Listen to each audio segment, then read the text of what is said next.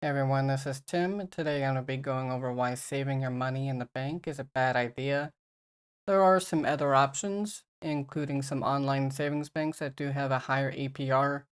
I'm making this video just because I myself transferred my emergency fund to my trading account.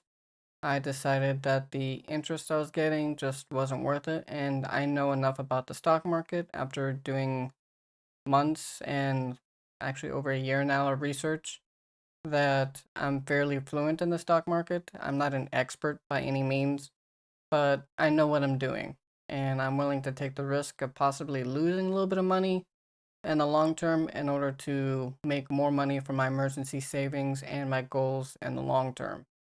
So that's what I did personally. I transferred all my money from Yada Savings, which was an online savings account.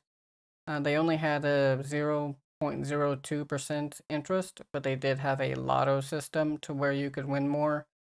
I am actually a fan of Yada, as much as that sounds a little bit weird right now. I mean, I have earned up to about $10 in a month with their lotto system. But for instance, I was able to make $39 in this last week by transferring my emergency savings over to my stock brokerage trading account. So that is definitely one option. If you're hesitant or don't know very much about the stock market, I wouldn't recommend doing that, but it is an option. Like, there are safer options than what I'm doing, and I can go over that in this video about what I'm doing and how I'm doing it. But I would suggest maybe 1 month's worth of expenses in a online savings account that has a decent interest rate. I wouldn't put any money into a actual brick and mortar bank just because their interest rates are practically nil. Only thing I have in my bank is I have my checking account and I have around $200 in my savings account just for slight emergencies in case something comes up that's just like a deductible for a repair or something like that. Then I can take that money and pay it immediately out of my savings account in my brick and mortar bank, which, by the way, is a credit union. So that's another thing. If you do have a bank, I suggest going to a credit union. They have the best rates and they charge almost no fees. I think I get a $5 fee per year, which I know there are banks that offer no fees, but I like my bank. I've been with them for over a decade, and so I can live with the $5 every year that they charge. It's definitely not very much, and I don't have any credit cards. I don't have any interest with them. I don't have any loans. So the only money they're technically getting from me that they can use aside from the money I deposit, which I'm sure that they give out as loans to other people to make profit, but they just get the $5 from me, and that's the point. But there are decent banks. I tried Ally for a while. I was a fan of Ally for quite a few months until I got a notification in early 2021 that they were cutting their APR from 0.05 down to 0.02 or 0.025. So that's when I decided to switch my account over to Yada, and I was able to increase my savings there by about $20 to $25 over the last 6 months. So it hasn't been horrible. Like I said, I am a fan of Yada. I will have a link to Yada in my description below. And that reminds me, if you like this video, don't forget to hit the like and subscribe button. It does greatly help out my channel. And I will also have a link to my Discord in the description below also. Every single day, I am going to be going and putting my stock picks for that particular day there. Now, these are just my personal picks, my own personal opinion after my research. Just because I believe that they are going to go up doesn't mean that they actually will. I have had about a 50% success rate on my stock so far, but the nice thing is the losses have been far less than my successes. So my successes have made up more than the losses by about an extra 100%. So I may have lost a little bit of money, but I won twice as much as I lost in the winning trades that I had. So I'll be putting that in my Discord. That's free to come join. And I'm trying to grow my Discord community, so I will be adding some more channels to it to discuss just the general stock market, options trading, long-term investing, dividend investing, some other channels there. That way, hopefully, more people, anyone who wants to join, can discuss it with me. I do have my Discord open most days. I can't say every day. On the weekends, I tend not to have it open.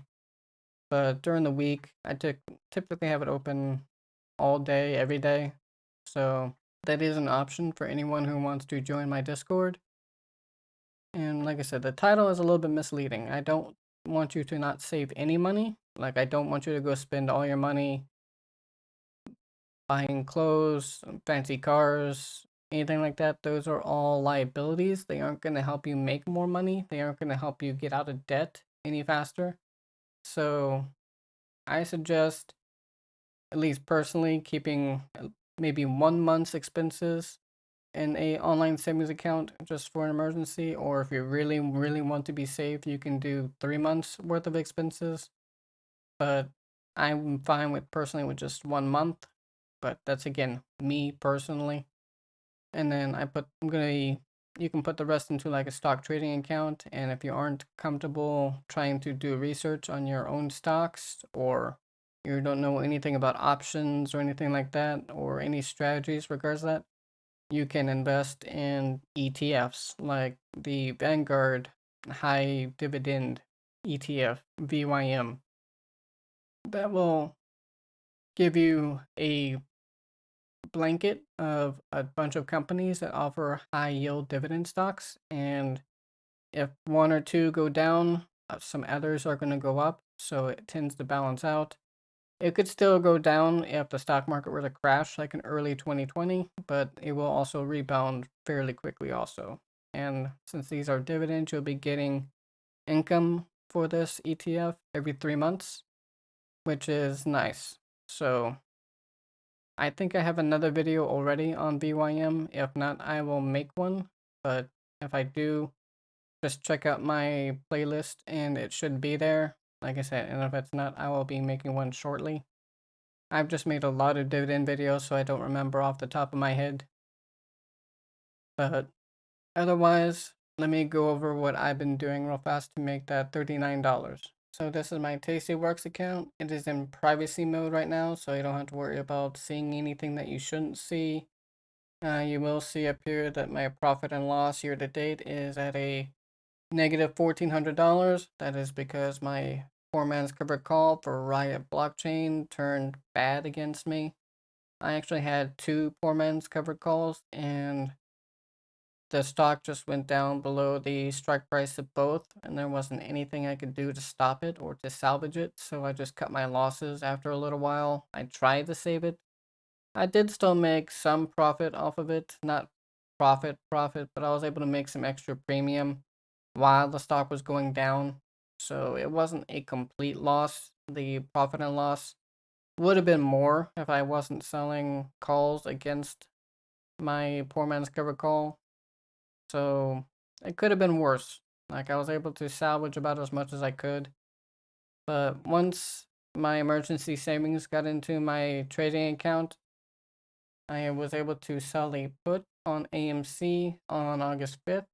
I sold it for a $22 strike price. And by selling a put, that means I'm agreeing to buy 100 shares at that strike price if the stock goes below that strike price. So if AMC were to drop down to below $22 in the next week, I am obligated to buy 100 shares at $22, which is why you have to have the collateral to do a cash secured put, which is what I did. So I put up $2,200 in collateral, and I made $10 on the 5th as premium for selling that put. And then the next day, on the 6th, the stock price had gone up. And so that meant when the stock price goes up, the put value goes down, because the put value only goes up when the stock price drops. So by it going up, my value on the put went down. And so by the time Friday the 6th came, it was worth only 1 cent or $1, since you had to multiply it by 100. So I bought it back and then I sold another put for expiring on the 13th of August for $30. So right now I'm at $39 profit, and that is a lot better than anything I got on Yada or for interest in the last year or so. So that's why I'm happy with putting my emergency savings into my trading account. I am well aware of the risk that it does take, and I do all my research and a lot of analysis before I do anything. I'm not really a big fan of the meme stocks that have been going on this year, like GameStop or AMC, but the implied volatility was so high, causing the premium to go up, and the stock would have to drop 40% in order for my put to be in the money. So I took a calculated risk by selling these puts, and if for some reason the stock price does drop, I will buy the shares and then I'll start selling covered calls against them for even more premium. So it's not a complete loss if the stock does go down, unless it drops to something like $5, which is possible. Like it is not impossible, so that is a risk I am taking. But if it does happen where the put gets assigned, then I will take the 100 shares.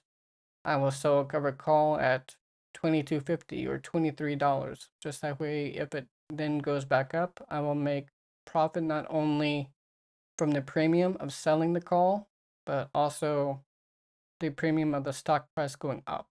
So that is my plan. I will have the links I mentioned below to Yada and also to my Discord in the description below.